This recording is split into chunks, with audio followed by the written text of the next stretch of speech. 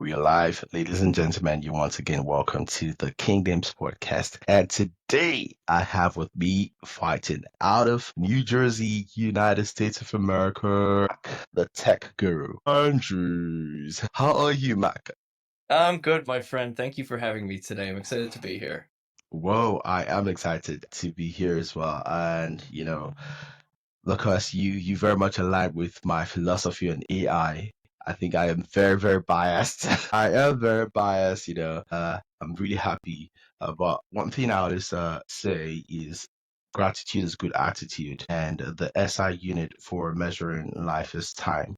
So if somebody shares their time with you, it means they're sharing their life with you. So a very big thank you to you for sharing your time and your life with me and my audience today. Thank you very much. And of course, the audience, please go subscribe, like, show love in every way, shape, or form. So, we are demystifying AI, data, digital growth with human purpose. So, I did introduce you as the tech guru. I want to deep dive into your mindset as a millennial tech guru. You are millennial. I'm a millennial as well. I'm 32. Wow, turning 33 next month. I don't want to grow older, but from being a D1 baseball player to getting into data science, mindset principles have actually helped you in terms of your transition from sports to solving billion-dollar problems in tech. Absolutely. So it all began when I started playing baseball and started realizing and learning that statistics are a way that illustrates how good humans are at certain things. So you Mm, have statistically the best baseball players at their positions, and that's a fact. It's data that is almost difficult to argue. uh-huh. So when I was young, I read this book called Moneyball. And the Ah, belief of Moneyball is when you remove bias and belief from data, you have the truth. And you start to realize that data is essentially this North Star that guides all of your decisions. So I mm, had this epiphany that hey, if data is real and this is what drives all human decisions, then the best people are going to be on the field playing at all times, right? mm, But that's not necessarily the case. And there are these gray areas, these things that come into play. So I've really always wanted to put data at the center of all of my decisions. But I think behind the data is the human perception of data, what it mm, means to me, what it means to you, mhm. and how that storytelling comes into the picture gives these different perspectives that completely change how we look at data. So to me, it was always something that I was interested about. Having worked similar to you a couple of years in finance out of college, I had a bachelor's degree in finance, and then I worked in digital marketing. I started to realize that in digital marketing and data and technology, it's all this kind of influx of how data is merged with humans. So Mm. naturally, I wanted to learn more about AI and kind of the infrastructure of data and how these things work underneath the hood of the car, if you will. Well, I think those of us that are data driven tend to be more receptive to the concept of AI. AI tends to help you to analyze and break down big data. Data is actually used for decision making, but those of us that are data driven always want to be able to optimize our decision making with analyzing all of the relevant data.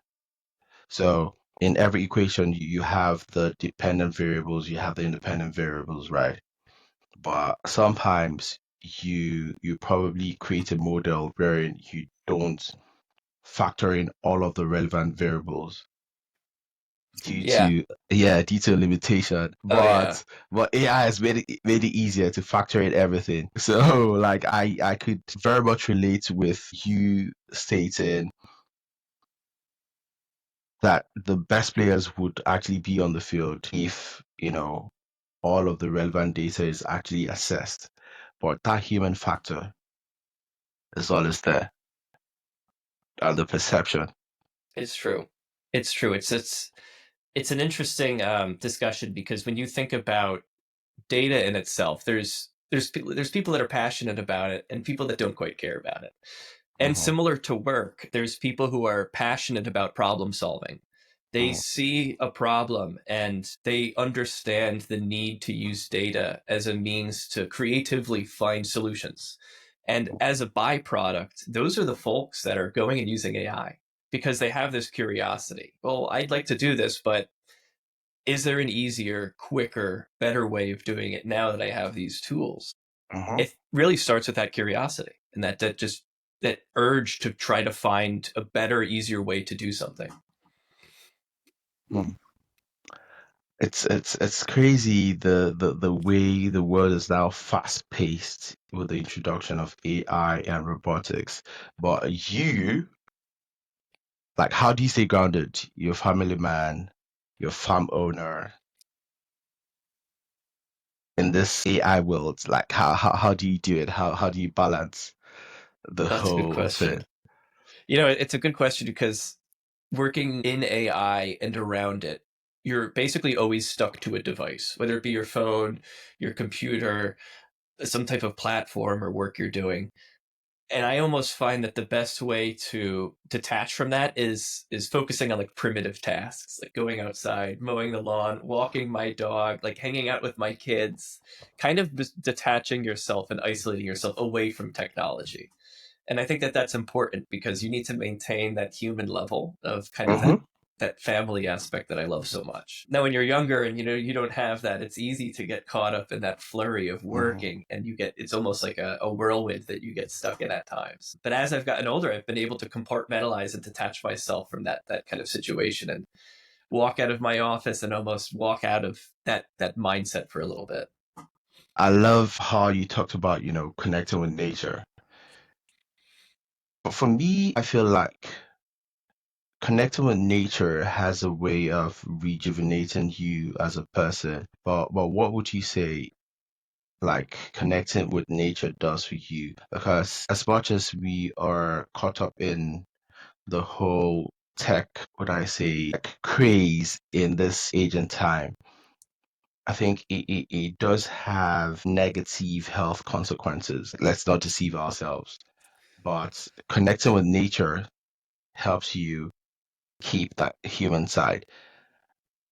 So Mhm. what effect does connecting with nature do for you, and like what advice would you have for, you know, young people in this age and time? They are always just glued to devices, and the screen time is really, really alarming, Oh especially with man. the Gen Zs, right?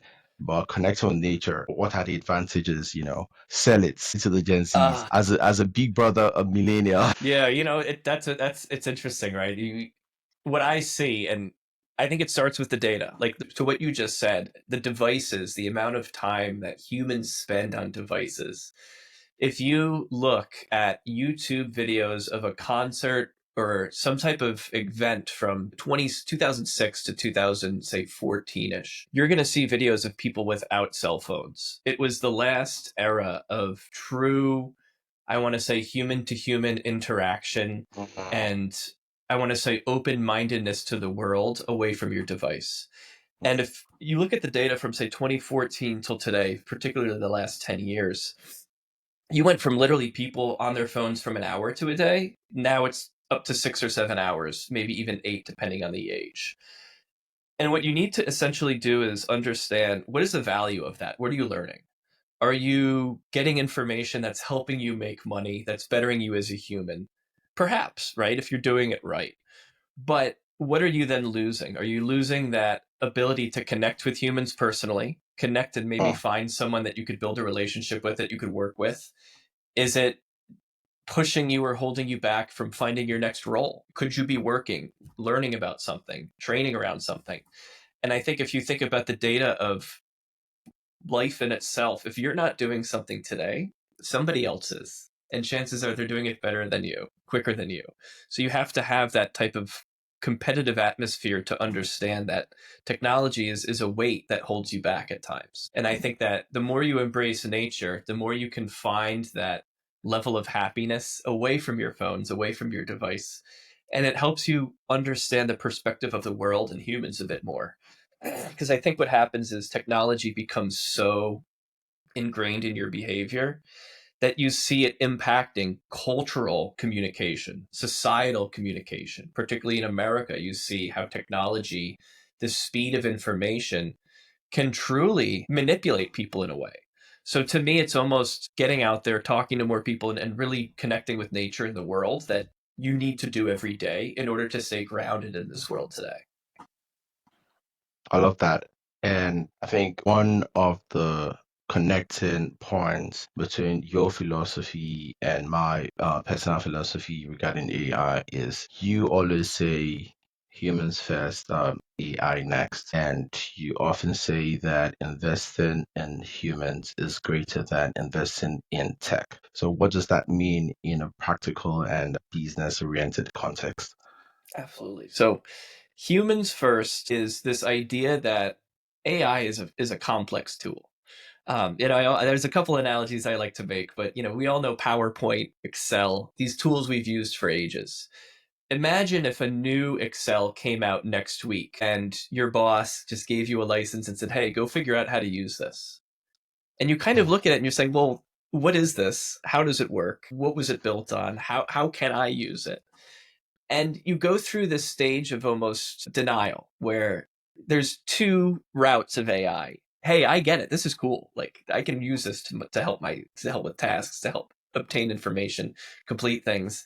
And then there's, hey, I don't have time to use this. So I like to think like 20% of people have tried AI and try to use it. And it's very millennial focused, where millennials are driving that tech for their teams, influencing people around them in the workplace, being able to drive that forward. But where the human first aspect comes in is learning. You think about AI in itself, but you think about it as a vehicle. I look at it as a race car. There's people who've been driving this race car around the track who are really good. You have the Lewis Hamiltons of the world who are AI geniuses and have been doing it for ages. And then you have the brand new users who are trying to learn to do that, but they're only with the skills of driving a go-kart. So what you want to do is essentially focus on how humans can learn and wrap their minds around, hey, AI can be used for them.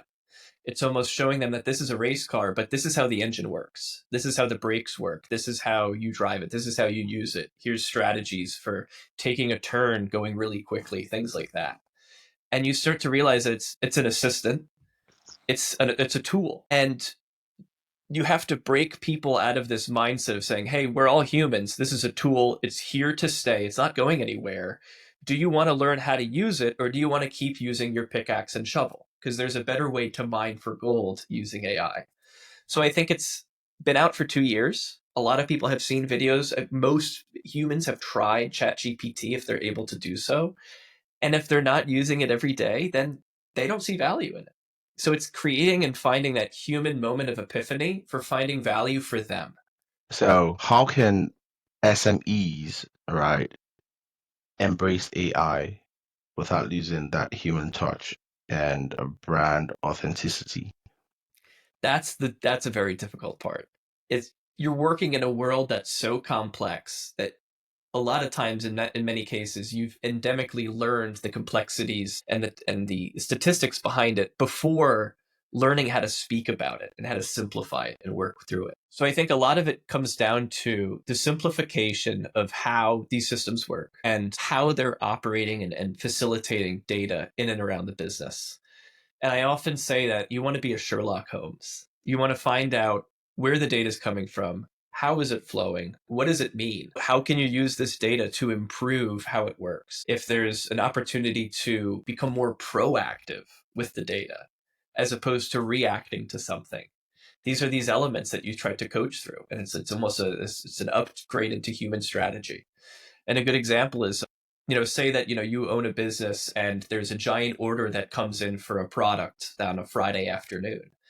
If you don't see that till Monday morning, you're reacting to it as a human in nature versus giving yourself an ability to send yourself a signal or automate something or use AI to be more proactive almost to help drive that decision before it might occur.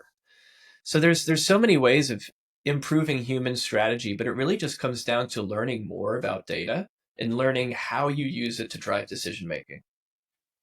A lot of people are anti-AI. A lot of people think AI is coming to displace them from their jobs.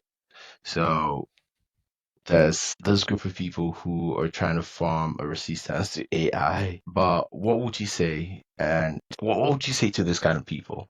It's a bit cliche, but I have to say something along the lines of AI is not going to replace you today or tomorrow, but in a week or two, your employee or coworker who's really good with AI might then replace you or begin to showcase why you're not as good at them. So I think it's something you need to embrace. And I think it's something that you need to learn and to look at it as a tool. I also think that there needs to be an opportunity for people to really have AI for them, right? If it's going to be a YouTube video that shows how AI can do something for someone who's a lawyer, great. But how is that relevant to them? How could they use it? So I think it's connecting that personal human story and helping them understand how AI can be used across their life. And sometimes it's just a discussion. Sometimes they'll sit down with a business owner or a prospective client and they'll be vehemently against AI for their whole team. And I have to say, you're holding your team back by not giving them these tools and resources. And I don't blame you for doing so, but do you understand how these things work and how powerful this is? Because it's a complete game changer. And a lot of times it just starts with really finding these simple, low hanging fruit use cases that can help people save 1 to 2 to 3 or 4 hours a week. Hmm. There are two things that come to my mind with what you're saying. Let me start with the first one. You rightly said some employers sort of deny the employees the opportunity to utilize AI, but I've been in situations where, as an employee, we're probably not allowed to use ChatGPT because of data protection concerns, GDPR. You know, some clients probably do not want their data to be processed with, AI, certain AI tools due to, the data privacy concerns. So how do you, would I say, wiggle around these kind of constraints? Okay, that's a very good question. So what I see it as, there's two kind of approaches to AI. There is approach one, where you're investing into an AI project or initiative with a specific goal. Let's say that you wanted to create an AI tool to take all of your sales data and do predictive modeling to see in which state or region is going to be the next order based on a year of data. And you start to realize that there's different types of data. There's zero party data, first, second, third party data. And certain data does have risks associated with it, particularly first party data, the GDPR. And that's the area where there are no gray areas. You have to take that stand and abide by the rules, essentially. And in that case, responsible AI, having AI that's securely privatized across your infrastructure and data warehouse, you need to do, right, to protect your own data, your people. To get around that, there are ways of looking at, I like to call dummy data, training data, fake data that you can use that resembles and might mirror that the reality of your data, but that can be used for either training or development purposes. So even if it's not necessarily the data that you want to use, you can learn those strategies and try to figure out how to kind of grow them organically. So when you think about that top down versus bottom up data perspective, right?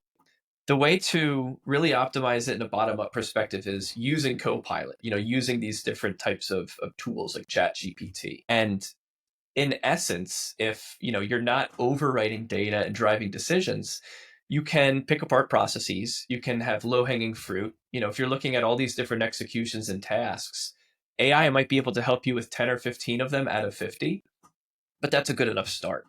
So I think it's really just prioritizing responsible AI, prioritizing your data, making sure you're safe and secure, but then also understanding, like, how do you find ways of using and progressing with AI that aren't going to be putting you at risk? And there's lots of different ways to do that. Mm. So the second, the second one is, you know, I like to say AI is artificial intelligence, intelligence for a reason, right? It is meant to be combined with HI, that is human intelligence, and the combination, forms a synergy. And I love where you talked about, the personal AI. So for me, I discovered pretty quickly that the machine learning speed of ChatGPT is really, really crazy. It's highly accelerated. When I started using ChatGPT, I just had to give it further prompts to write, to draft, the narratives, the reports in a certain way that I like. And over time, he decided drafting, you know, these reports, the narratives in a way that are highly suitable for my purpose, for my use. So there was a time when somebody told me, "Oh, can I use your chat GPT?" I'm like, "No, you cannot. I'm sorry." I, and another person was like, "Oh, like you like to use chat GPT a lot, blah blah blah blah blah." Like, and I was like, "See, you go put a prompt in ChatGPT and let's see if it's going to be as refined as and as polished as mine." So I noticed that if another person requests something, right, the same thing, ChatGPT is actually not going to give them the level of depth that it gives me. So it means over time, it actually learns much about, the person it's working with. And okay, just to give some context, for me, my IQ is 130 something, so it means I'm a gifted individual, right? So I think about it. So it means that for people who are geniuses, right, their personal AI would be functioning at the genius level. For those of us that are gifted like myself, it means the chat GP, the AI will be functioning at that gifted level. But how about people who are dumb? Yeah, it's the gift that keeps on giving. It really truthfully is. It's almost creepy in a way how that RAG approach, when you're giving it all of your data and it's starting to identify opportunities to give that next word or that suggestion that's for you. And it's the first time you see it, it's creepy, isn't it? You're like, whoa, it's kind of learning and understanding who I Yeah, am, but that's yeah, actually pretty cool. Like, that's and it's good. very fast. The machine learning is very fast. It's accelerated. It's insane. It's insane. And a lot of the times, and when you think about like this particular approach, if we think about a more advanced use case like agents, to where you have this knowledge base that reflects who you are, how you Mhm, communicate, mhm, your thought process, your decision mhm. making process. And sure, 9 times out of 10, it's going to work. That one time, it might not, it might glitch. But over time, Mhm. like continuing to interact with these tools and Yeah. learn alongside it, it learns alongside you. And you're Mhm, really able to craft this story from your voice. It's unbelievable, isn't it? And I mhm. think it's almost as if, to your point, creating this duplication, this AI image, this mirror of you that can do a lot of that work for you if you're busy, right? And trying to create that as a resource. And then the next question is, do you care if you send an email and it looks like it's AI written? Does the person who reads the email care? Maybe. But if you take that action week over week, month over month, year over year, you might save 100 hours. And it's a peace of mind that you have to let AI take the wheel at times. And someone like you, who's incredibly intelligent, continuing to use it, over time, it will look and act more and more like you. And that fear will disappear. And people will start to actually just think they're talking to you. Yeah, exactly. That's the thing. Like when ChatGPT composes my emails, the pattern of communication, the tone sounds just like me because I've trained it in such a way that, it writes just the way I write naturally. But it's crazy. I think you have artificial intelligence. Are we going to have artificial foolishness as well? Of course, there are foolish human beings. Yeah, that's a huge risk. I've actually seen this frequently in like Fortune 500 enterprise settings, to where there's a complex subject, a complex topic, and the person who's trying to discuss it might not fully understand the technicalities and the structure of the complexity. And they might take a prompt, throw it into ChatGPT, take that output, copy and paste it to their group of C-suite leaders and say, hey, this is what we need to be doing as a strategy.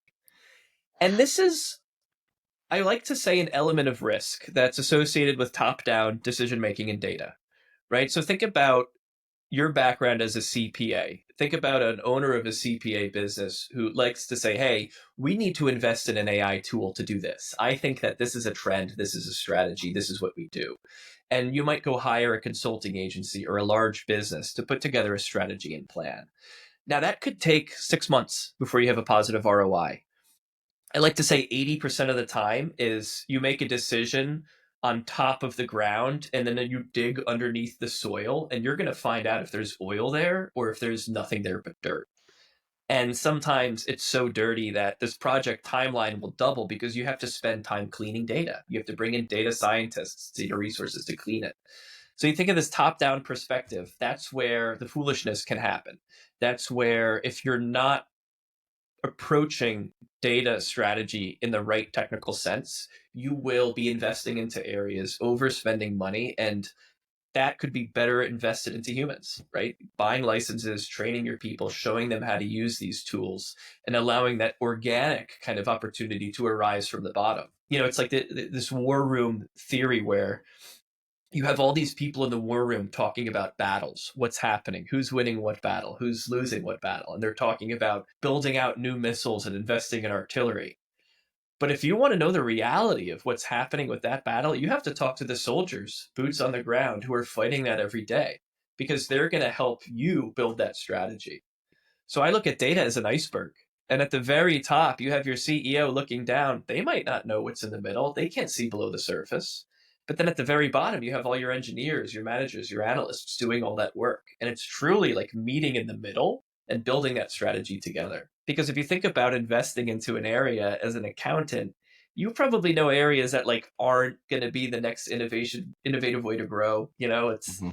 TV versus media. It's that old school technology, the legacy way versus how we should be doing things. So yeah, it's interesting. It's almost like poison for someone who doesn't quite know their world as much as they should. Very true. Or you've led 30 million plus, in terms of optimized marketing sales, and you've orchestrated massive data projects. So how do you make the data talk and lead to action? I think it's not necessarily making the data talk. It's helping enable the people to talk with their data. It's almost as if I trust in people so much. I trust that they know their world better than I do.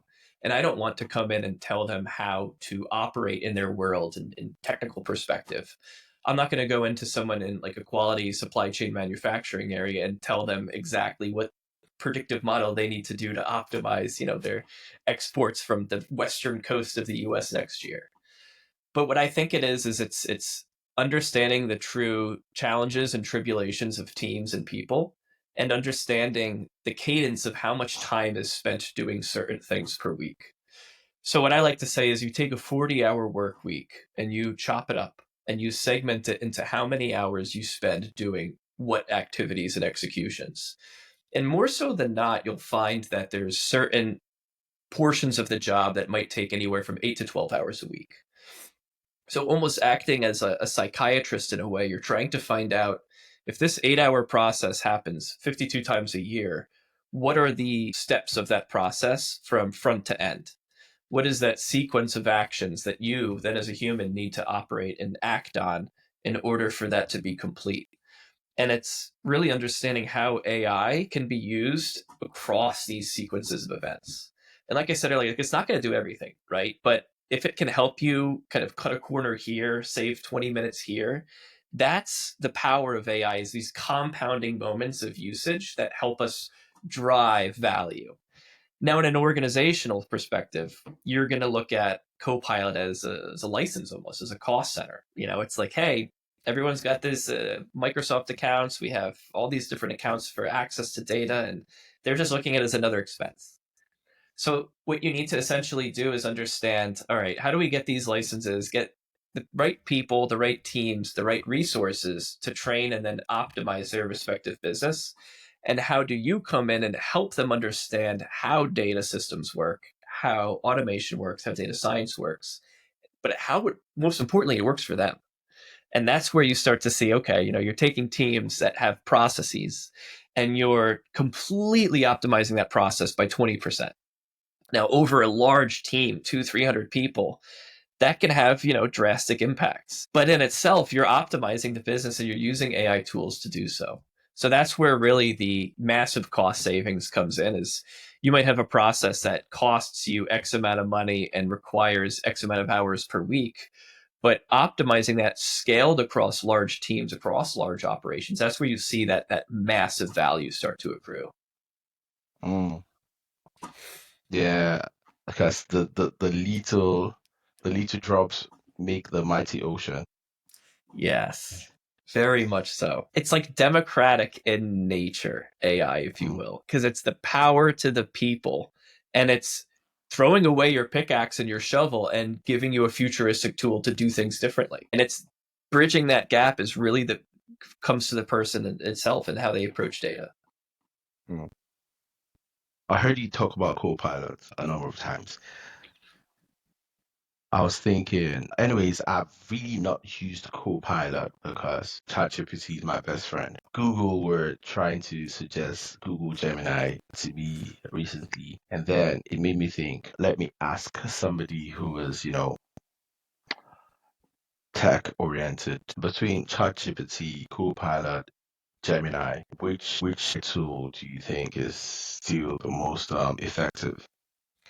That's a really good question. I'm one of those people, like, I use all of them. I like to try all of them. I like to poke holes in them, see how they work. I like to kind of understand how they operate and how essentially the company who built them is perceiving the usage across differentiated use cases for humans, right? It's interesting. Um, for me, it comes in twofold. If I'm working with a team, it's almost looking at what they have and looking at what's built into their world. Um, I don't like to recreate the wheel, so I like to kind of use the tools that people have. So if they have Copilot, we'll go with that. If it's a GPT type house, they have OpenAI LLMs and APIs, we'll go that route. I think more so it's interesting because you see these models and some of them are based off of data that's limited up till a certain point in 2023 or 2024, like DeepSeek, for instance. So you're not going to be able to find something that happened 2 weeks ago. So for that use case, great, you're not going to use that tool. So I think it's really understanding the power of each tool and then how you use them together. So what I like to do is I like to use ChatGPT for writing and tailoring things in my type of tone of voice, right? Because it knows who I am. And Yeah. similar to how we discussed, it can kind of help you act as you. And then what Mm-hmm. I actually do is I'll take it to Claude and then I'll put it into Claude, which is that Anthropic model. And I'll say, hey, can you humanize this or simplify it with the goal to make X argument? And I start to kind of, I'd say, be like a chameleon between the platforms and try to see if they can work better together than just one and alone. And I've actually found that Claude is pretty good with humanizing data and making it a little bit less technical or Chat GPT. So that's a cool tool that I think a lot of writers and copywriters that I've worked with use. But for me, I'm GPT biased too. It just knows me too well, knows my business, knows my mindset. You know, um, I'm trying to build more of how GPT knows me, because when you think about humans searching for things, that's an opportunity for you to train a model so Mm-hmm. then it can help people find you, which is a whole crazy different strategy that people haven't grasped yet too. Mm. So you could actually train it in such a way that it helps people to find you. Yeah, think about this concept where You are making a business, and I can use myself as an example. Okay. I am making a business, and I've been planning this business for, let's say, X months. In ChatGPT, I'm able to talk about my business, my goals, input proprietary information that I've typed, that I've developed, input use cases, case studies, writing, things like that. And I am essentially trying to say, hey, if anyone wants to learn about AI and enterprise AI acceleration, I'm your guy. Because we have these case studies. Here's the work I've done. Here's my website. Here's some of the examples as my strategy. And you're almost creating a little, I want to say, a digital window of opportunity for you that you don't have to pay for. It's Mm, just kind of uploading your world into these systems and talking to it and learning about it. So I would challenge you in the next couple of weeks, take a lot of your information, put it into ChatGPT a couple days a week. Say, hey, I'd like to help you build me into your model. Work with it. And then 6 months, try a prompt to see if it can find you and what it knows about you. And I bet you'd be pleasantly surprised. interesting stuff. I think I will do that. Thank you for that one. But in terms of companies, like what are the biggest mistakes that companies make when using AI and data tools? I think the biggest mistake I've seen is just getting people licenses and expecting them to use it. I think it's kind of like you're going into a mine and you have a bunch of people with pickaxes and you're just handing them a laser rifle. And you're like, okay, here you go. And I think that's the gap. I think it's giving someone the tool without understanding and training them with how to use it in their world. And at this point, it's been 2 years now. If you give them the tool and they're not using it, they're not going to use it until they understand how it's going to make their life easier. So I think that companies need to invest in training into their systems, into their processes. And I think they need to partner with a subject matter expert that can do it quickly, because the time frame for a traditional consulting agency for a platform like AI, you cannot afford to wait. It needs to happen soon. And that's where they struggle to add that value because of the expenses, the giant structures. It's like trying to change a cruise ship 180-degree angle. It takes a long time to change. Hmm.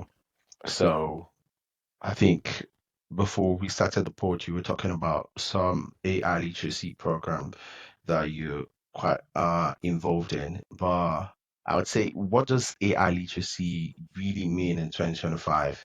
And why is it critical for not just, techies, but for everyone? Yeah, and it's the best analogy I have is back to that race car. Is we've been used to driving vehicles that go X speed, and now they're going 2X speed, and we still haven't figured out how to harness that energy. So I think AI literacy is about going under the hood of the race car and showing how the engines work. How does the technology operate? How does the data science elements of AI function front to end? And really helping people learn about those data systems, the statistical learning, the analytical components of AI, and how it works. And I think really where that key component for literacy is connecting the dots with AI and their world. So it's not just figuring out how AI can be used to do X, Y, or Z. It's how it can be used to do X, Y, or Z for you for process A, B, or C. So it's really like that personalized approach to helping people figure out how it can be used for them and their teams, and then demonstrating that value.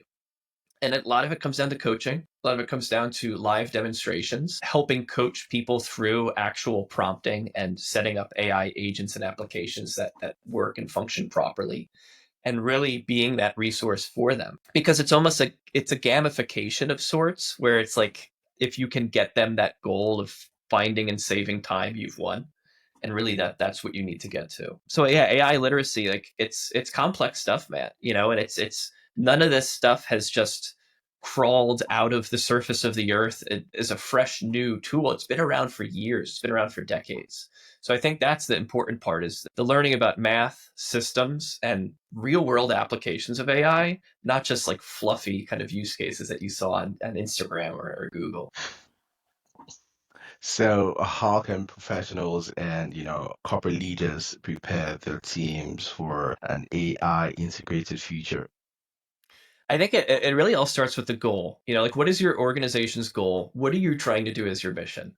And then as you go down, you start to realize, okay, how can AI help us get to this goal quicker, more effectively? But is this the right goal, or should we actually be using AI to help us understand and find other opportunities too? So I think it starts with the goal, starts with integrating responsible AI. And then I think it starts with enabling the humans with trust and the tools and the proper training to learn how to use it. And that's really the gap now. Because again, it's been 2 years. So if there's teams still struggling to use it, that's not going to change anytime soon. What is one use of Gen AI or prompt engineering that has absolutely blown your mind? One of the, I've seen a couple of really powerful use cases from content creation, taking a human resources team and completely integrating AI into how they operate front to back across recruiting, personalized discussions, like posting, communication, you name it. The most interesting aspects of AI I've seen have to do with completely changing the strategy of how we perceive data and using it as a coach. So, hey, I'm looking to improve my team's strategy. Here's my team's operations. Here's how we function. And this is my main goal. Help me curate a strategy to improve this goal. And in the process of doing so, you're going to segment this sequence of events that AI is going to be able to say, well, I can help you with this, that, this, that. And what it is it's not necessarily a single prompt.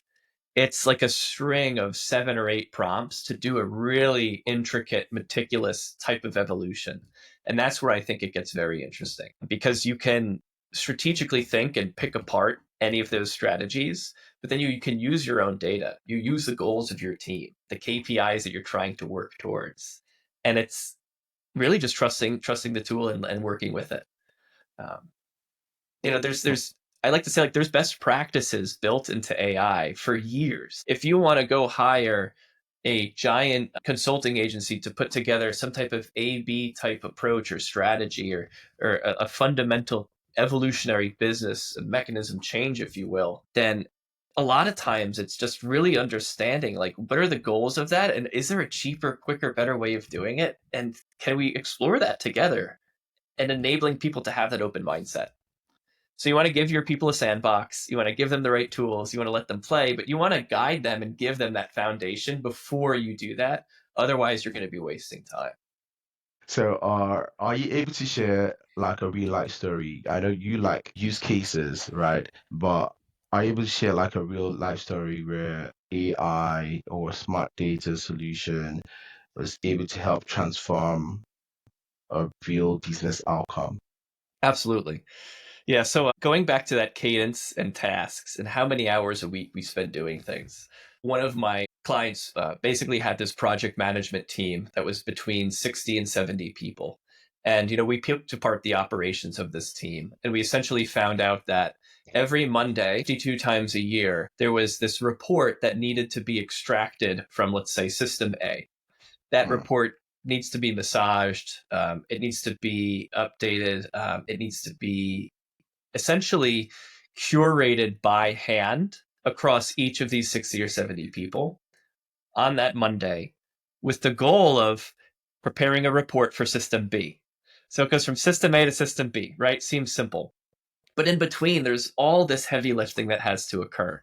So what we did is mm, we put together essentially an approach to extract that data and run a prompt through GPT to essentially completely change that data. A sequence of if statements and executions that essentially act as that project manager doing the heavy lifting. So we removed the lifting, we did it for them, and we essentially were able to say, hey, we've given you all 6 hours back on your Monday.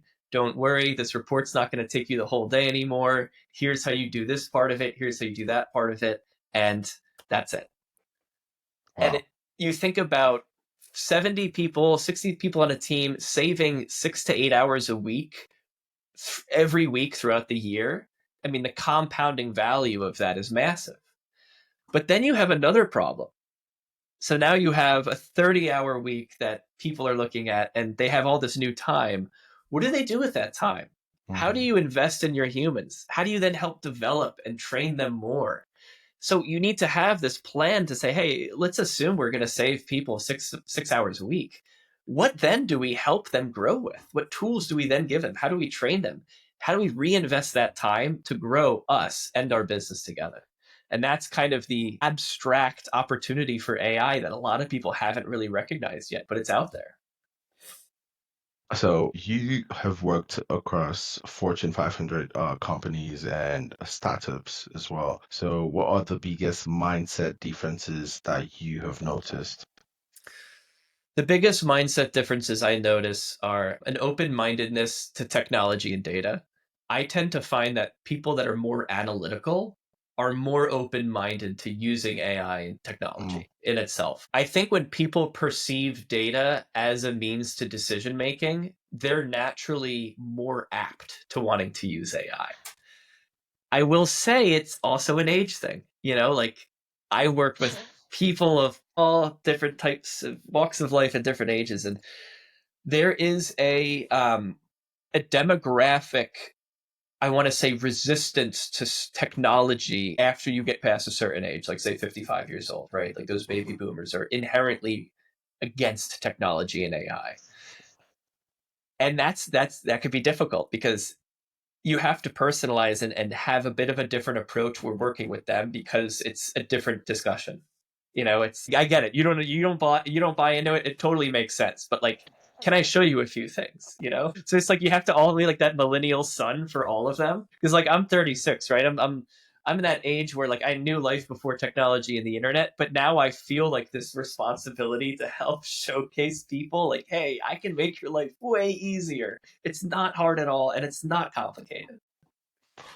Like I've said it on the show before that being a millennial, I feel like I'm a diplomat between Generation X and the Gen Z because we saw a lot of technological evolution in the course of growing up. We saw like old tech go away, new tech emerge. The Generation X and the baby boomers, especially the baby boomers, are quite resistant to tech. And Gen Z are all about tech, tech, tech, tech, tech. So it feels like there is a generational war between the Gen Zs and the Gen X. But it's like the millennials are now the diplomats, trying to Yeah. balance out the two because it seems like we understand the Gen X and we understand the Gen Z, but they don't tend to understand each other. It's amazing, right? I almost tend to think that for like decades and millenniums to come, that millennials in this exact era will be analyzed as the last group of humans who truly knew life before technology and the internet took over. And I think that it's such a hybrid experience that we've gone through that has given us this perspective. To your point, it's Hmm. like we feel the need because we knew how it was, did it when we Hmm. were younger. Like we were showing our parents video games and they're like, oh, what is all this stuff? And it's hilarious to think that now we're still at the forefront of helping them with technology. Hmm. And you flip it to the other side, the Gen Zers, and they're not always as good at communicating with people in a clear way, right? So it's like you Yeah. start to see the demographic deficits that AI and technology and essentially just the internet has had on humans through the years. Hmm. And at this age, it's like, man, I'm starting to look back and it's starting to get a little interesting now with how things were and how where they're heading. And for those of us who are millennials, we have more of that natural touch as well. Because, like you said, interacting with humans is a very big deal.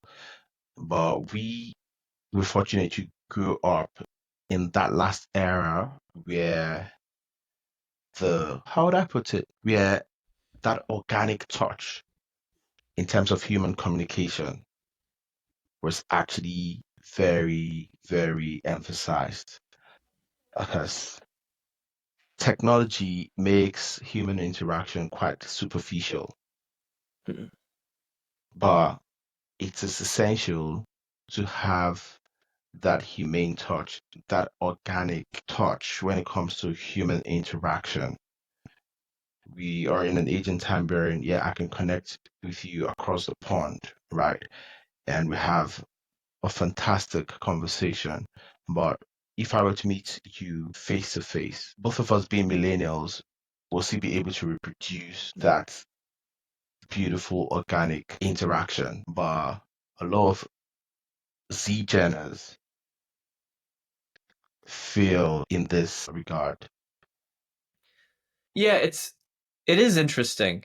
And I think one of the reasons they fail is because they haven't had to rely on human interaction for some difficult conversations with your parents that you can send them a text, or your Mm, teacher that you used to have in person.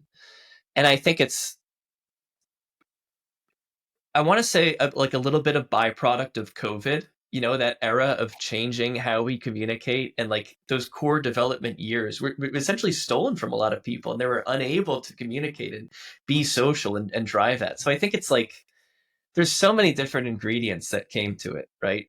But in the end, it's having to rely on one thing versus not. And I think it's leaving your comfort zone from having to have difficult discussions. We've had to do our whole life.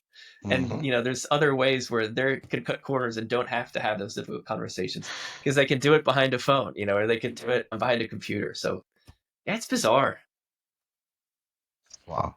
It's interesting, the kind of evolution we're having. But I think I'm just going to be behind the scenes, watching, observing. It's cool when you're an observer. It's true. So, for the audience, for people who want to pivot into tech or data science, data strategy, what's your top advice? My top advice is learn everything you can about data and technology that works for you. If you work in a team with a tech person, work with them, learn from them, talk to them. Try to be the Sherlock Holmes from data and find that front to end journey and learn about it. Because when you learn about it, you can then start to apply mathematics, statistics, and your knowledge to how we use this data to improve. So stay open minded, approach technology in an open minded perspective, and be curious to learn how things work because AI has been around us and all around us is forever almost. It's just learning how and why and where it is, and applying that to our lives. I think there's something else I was actually thinking about. For those of us that are millennials, we learned statistical techniques. You just reminded me, when you talked about mathematics. Remember, we went to school doing algebra, doing calculus, doing stats, solving problems manually. But that actually gave us a good background, right? And a good, would I say, a good base in terms of understanding what data is truly about and how to analyze data. And that has just been extrapolated by, all of this, AI models. But do you think, I don't know what the educational system is for the Z Geners right now, but the argument of a lot of X Geners is that AI makes you mentally lazy. Mhm. Do you think AI does make people mentally lazy? I think it does in some cases. I think it removes the element of critical thinking because you're giving AI the wheel. And if you're giving AI the wheel and you're not critically thinking, you're more apt to taking that advice and running with it and building it. I think to your point, people who understand the technicalities of data and mathematics generally have a bit more of a conceptual understanding with driving decision making that's based on probability. And I Hmm. do think that that's where AI is more helpful than not. It's an interesting conversation too because you think about the model itself and other models and how people perceive different types of AI. So like a mid-journey, like if you're producing creative AI versus textual AI. So I think it's very interesting. But yeah, I think that element of looking for data and being human with the data, talking about it, learning what it means is truthfully how people can start to better kind of I don't want to say